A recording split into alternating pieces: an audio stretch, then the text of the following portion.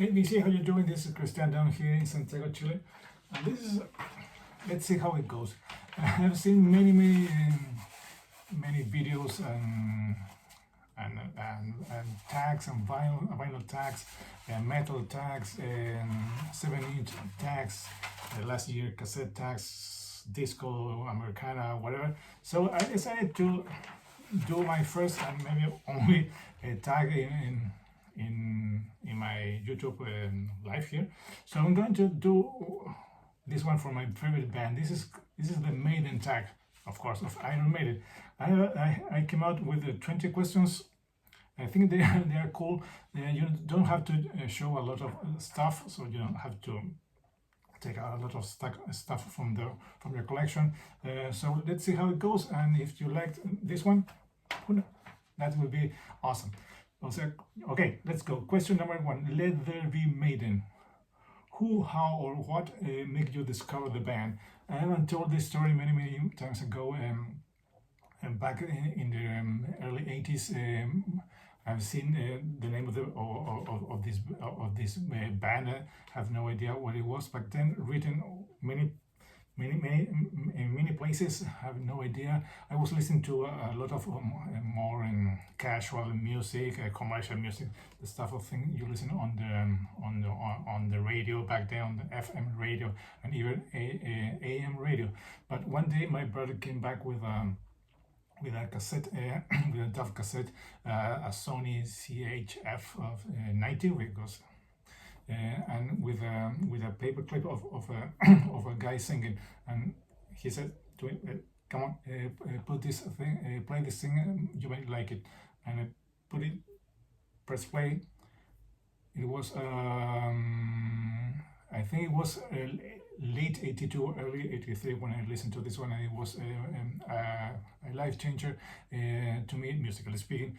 It was something I have never heard before. The voice of the guy was amazing. The music was awesome. The lyrics, I kind of understand what he was singing about, and that was a pivotal moment in my career. It was like an epiphany. This is the kind of music I'm going to love until I can listen to music anymore. And it has been since then. Thanks again to my brother, who now he lives in Canada, for introducing me to Iron Maiden back then. And of course the album I'm talking about is The Number of the Beast, and the first song, it was Invaders. Okay. Number 2, who need words?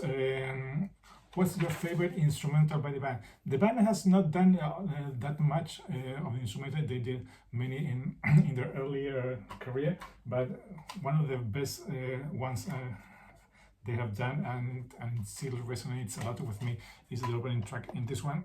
This is Iron Maiden Killers, and the opening track, of course, is The Ides of March. That's a great in short, but right to the chase with instrumental. What is how it is supposed to be. There it goes.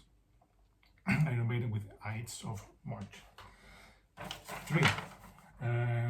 Revelations. What is your favorite lyric? That was kind of a thing that I was planning to do, because I also think that Revelation is one of the best lyrics, but of course that's taken from a part of the Bible. But there's another one in this one. This is great. It's Die With Your Boots On. Another prophet of destruction who says the trip is lost. Another prophet of destruction, leaving you to count the cost, taunting us with visions, afflicting us with fear, predicting war for millions in hope that no one fears. That's one of the best lyrics I think the guys in the early days wrote about this. Of course, this is Smith, Dickinson, Harris. There it goes. One of the best lyrics in Maiden's catalog is Die With Your Boots On. Let's go. That's number 4. Number 3. Number 4. Now we have The Angel and the Gambler. Hard to believe, but they sometimes have done bad songs. Name one song that you really don't like. Yes, I have done bad songs, and it's in wait is Listen, this one, this is the first one with many songs that I don't like, and I can pick anyone, but I think Childhood, Childhood Ends, it's one I really don't like at all. Also, Chains of Misery, two songs I don't like that much. So there it goes, two songs I don't like at all. And 5 killers. Now name your favorite deep track. Maiden does not have many deep tracks, but one that it doesn't. I think they have not played live, and it's one of the songs that I really like very much. Is track number 2 on Seventh Son. It's Infinite Dreams. That's to me one great deep track that I think they have not played live once. So there it goes. One of the deep tracks. 6 Book of Souls. Show a book, magazine, scene, flyer, etc. Anything on paper. Here I have 2 things. One is a magazine that it was sent to me by Rick from the Dreadful Minutes. This one is one the classic rock and metal hammer. This is Iron Maiden, all about Maiden. Another one is a book written here in Chile. It's everything in Spanish, made in Chile. Iron Maiden, a history of love and misunderstandings, that you can translate. This one is written by this guy, Oscar Cespedes, and he talks about how he discovered the band and the troubles the band had trying to get into Chile to play their first live concert in '96, and how they managed to every time they came back to get bigger, and here he talks about he interviews some main guys here in Chile, music lover, journalists, radio guys, talking about all of the Maiden concert they had up to 2011, I think. Yes, up to 2011 on the final Frontier tour. This is a really good one. This is a fun listen. It was, I think, this one was given by my brother back then. It's a fun thing if you're a Maiden fan, and if you live in Chile or you understand Spanish, to try to read how the band got banned first, getting here and not being allowed to play to 2011 when they were huge. Then they play on a biggest football stadium, and they sold out that place in just minutes. Okay. Question number 7. Scream for me. How many times have you seen the band live, or if you're not, do you want to see them live on their next tour? Of course, I have seen the band live 7 times here in Chile, 7 or 8, I can't recall right now. And unfortunately, the last two tours they played here, I wasn't able to grab a ticket because they sold out quickly. I have some work and money issues, but they are playing here in October this year. Of course, I will try to see them live again. Stranger in a Strange Land. If you had the chance to see them live, any year or any country or any event, what will it be? I had the chance to see them here many times, and I think the perfect venue, perfect country, the perfect continent to see Maiden live or any rock act is here in South America. No question about it. But if I have the chance to fly to travel in time and see them back, then it will be in the first time they visit South America. It was for the Rock in Rio in 1985, to a huge crowd. I think over 5,000 Brazilians and guys from other places in the country that went to that show. That was amazing. That was very iconic when Bruce cut his face and blood was all over his face. That was an awesome show that I would like to travel in time and be a part of it. Number 9, Isle of Avalon. 5 records that you will take to a desert island. that's up to you. But to me, it has to be something from the classic era of the band. I can easily take I don't know, maybe this one. Of course, Power Slave has to come with me. Peace of Mind. We have 3, of course, Seventh Son, Somewhere in Time, The Number of the Beast. Only 5, but you have at least the first 7 albums of Maiden are almost perfect albums to take to a desert island, in my opinion. Blood Brothers. What will be the record to introduce your son, daughter, nephew, niece, or any young listener to the band? I think the perfect album to introduce them to the band is going to be this one. Not the big one, not The Number of the Beast, because I think of the image that could be too much. Of course, the title album, The Number of the Beast, that would be too much. But I think this one could be a great way to introduce any new listener to the band, because it mixes everything Maiden was creating from their first album up to here. You still have the dual guitars of Adrian Smith and Adrian Smith and Dave Murray. You have, of course, Bruce on top of his game, Steve Harris bass guitar, and you have some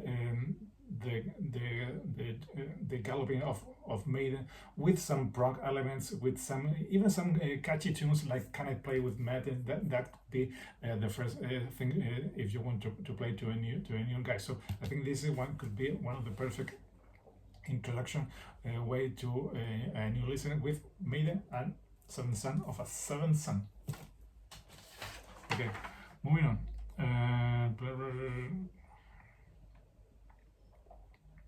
The Legacy show release. You have in more than one physical format: long play, cassette, CD, DVD, Blu-ray, mini disc, reel-to-reel, etc. You name it. The one I have in most formats is Live After Death. Here I have it on double cassettes. Here they were released on separate cassettes, but I've seen in other places they were released as a double one. Of course, I have it on CD. I have it also here in the other pressing that came only with only one disc. This is the one with the 2 discs. Of course, you have to have the DVD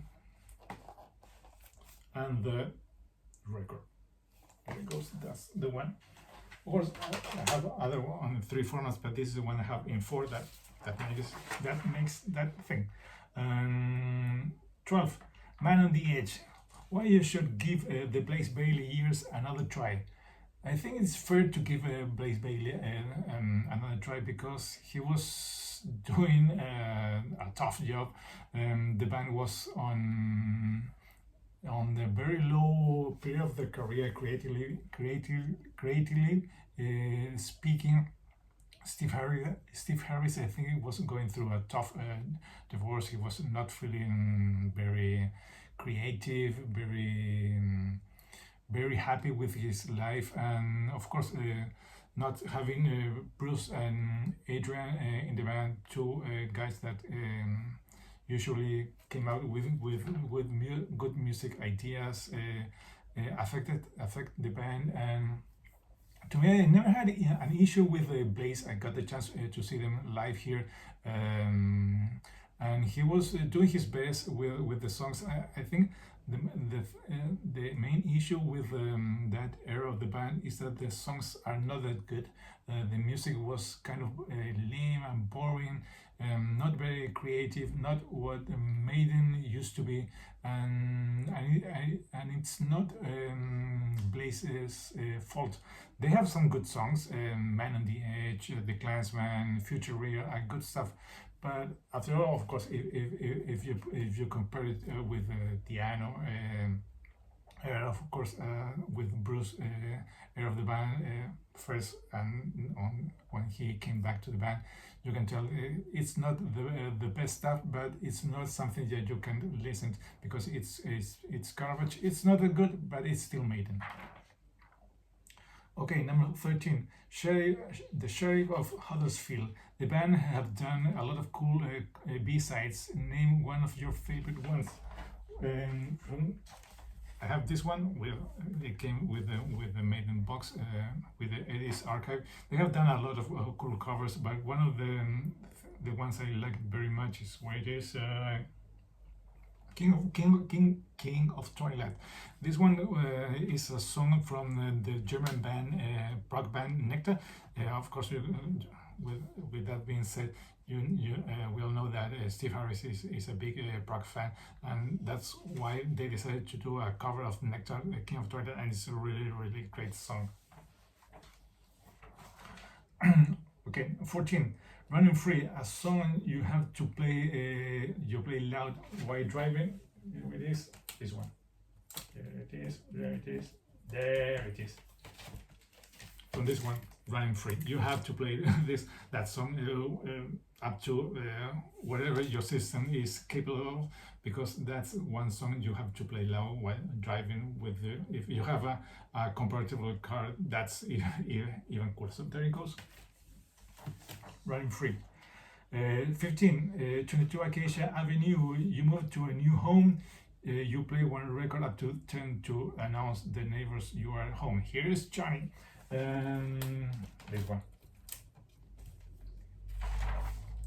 With an opening track like Where Eagles Dare, with showing your new drummer to the world. That's an album you have to play up to 11 if you want to announce the neighbors you are home.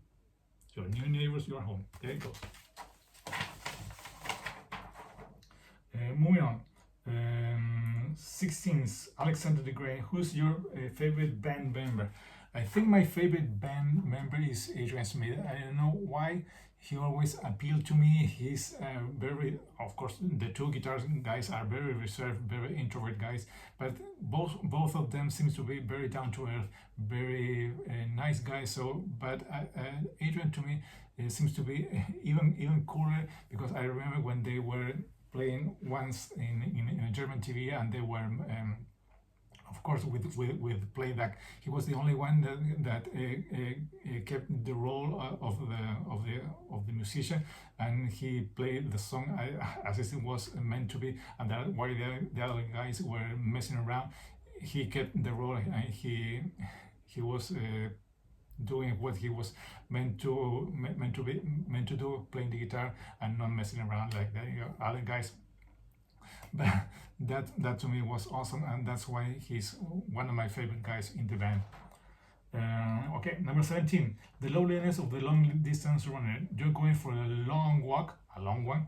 Name your first track and your last track on your playlist that you will have while the walk. I actually have, of course, a playlist in my iPod Classic with 50 songs, and the opening track is Invaders, and the last track is Hallowed Be Thy Name. That's how it will always will be, and that's those songs are really important. The first track I ever listened, and Maiden's maybe best song, Hallowed Be Thy Name. Okay, 18, Weekend Warrior. Steve and the boys are Steve Harris and the boys are all big football sports lovers. Of course, you know, football, the sports you actually play with your feet, and West Ham is Steve's favorite team. So if you have a favorite sport or a favorite team, talk about it or show something about that sport or team. My favorite team is this one. It's Unión Española. That's the team of the Spanish guys that came that conquered and discovered Chile many years ago. This is a traditional, one of the big four teams here in Chile. Unfortunately, we had an awful year, 2025, and now we have lost the category. We're going to play in the second division here, but sometimes it is where it is. Teams don't do always well, and we have lost the category, and we are to play in the second division here in Chile. So that was 18. 19. Holy smoke! Name something you would like to you would like the band to release, or what record you want or need in the collection. As I was, I think I need many stuff from Maiden from the early days, but something that I would really like the band to do a proper release is a reissue of the somehow tapes, a proper release, and also made in Japan. It would be awesome if the band do a proper release of that album, and also an official live recording of with Paul singing. A live record from the first two albums they did with Paul. That would be awesome. And 20, the last one, Iron Maiden. Why do you still listen to the band after so many years? That's a tough one, because why do you still listen to something that you heard for the first time 40 years ago, or maybe even, and why you still listen to music that to some people it's juvenile, it's stupid, it's meaningless, it's not important, but those are the things that matter to me. Those are things that still resonate with me after so many years. I'm way over 50 now, and those songs bring me back joy, happiness of easier times when things were not as complicated as they are now. When you just pick a song, a record, a band, and you just enjoy it because it's something that cares and matters to you. And this band represents that to me, because when you listen to this music, you realize, wow, that's not that heavy. That's not that is extreme as I remember listening to this one in the mid early 80s. But wow, when you see they are announcing a new tour, a new gig here in Chile, and you see they are selling out bigger arenas all over the world, and in more. Also in small places like this country, they are so huge, they are so popular. They must be doing something wrong, something right, and that makes you wonder. Yes, it's right. It's the music of my youth. It's the music that helped me through my life, from during the good, the bad times, and that's why I still listen to Maiden. I have no issues at all. I still listen to this music or other things I discovered when I was 14 or 15 years ago. I have, of course, grown up as an adult, as a person, but this music is something that reminds me that there's still a part of me that's still a small boy, that still lives inside of me, and that's why I still listen to this music, even if I'm way over 50 right now. So there it goes. Those are 20 minutes, more than 20 minutes of Maiden. Those are 20 questions. I don't know if it's anybody going to see this video or do a response. That's okay. I did it because I wanted. I thought it would be fun, and because it's Maiden. That's me. That's Christian here in Santiago, Chile. Saying goodbye till next time. Bye bye.